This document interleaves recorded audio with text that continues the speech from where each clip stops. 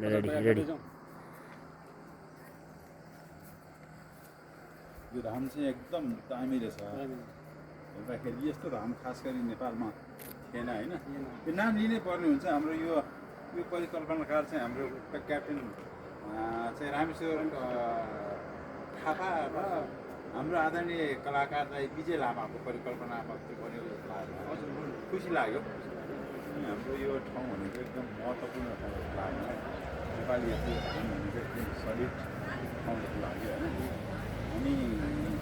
हामी क्याप्टेन विजय लामा र हाम्रो चाहिँ रामेश्वर थापाज्यूलाई हामी धन्यवाद दिन चाहन्छौँ यो धाम चाहिँ एउटा नेपालीहरूको लागि उत्कृष्ट भएको पाइयो होइन हाम्रो एउटा चाहिँ बाबाको नाम मोक्षधाम होइन यसको नाम पुरा नाम चाहिँ के छ यसको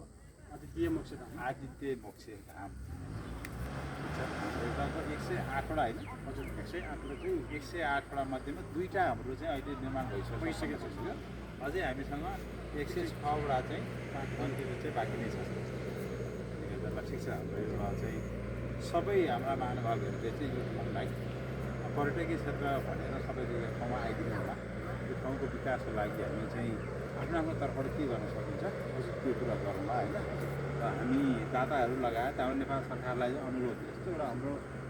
उत्कृष्ट ठाउँ छ होइन यो उत्कृष्ट ठाउँमा पर्यटकीय क्षेत्र घोषणा गरेर देशको आर्थिक उन्नतिका लागि हामी चाहिँ टेवा पुर्याउन सक्ने खालको एउटा हाम्रो यो ठाउँ उत्कृष्ट छ भक्तपुरको र काभ्रेको एउटा सङ्गम स्थलको रूपमा रहेको यो पनौती नगरपालिका अन्तर्गत पर्छ होइन हजुर पनौती नगरपालिका अन्तर्गत वडा नम्बर 12 हजुरमा अवस्थित यो मोक्षधाममा सम्पूर्ण महानुभावहरूलाई सम्पूर्ण दाजुभाइ तथा दिदीबहिनीहरूलाई एकचोटि यो मोक्षधाममा आइदिनु होला र हाम्रो यो दृश्य अवलोकन गरिदिनु होला र स्वर्गभन्दा पनि कम छैन हाम्रो यो एउटा मोक्ष आदित्य मोक्षधाम त्यसको लागि हामी सम्पूर्ण महानुभावहरूलाई दाजुभाइ तथा दिदीबहिनीहरूलाई हार्दिक अनुरोध गर्न चाहन्छु धन्यवाद।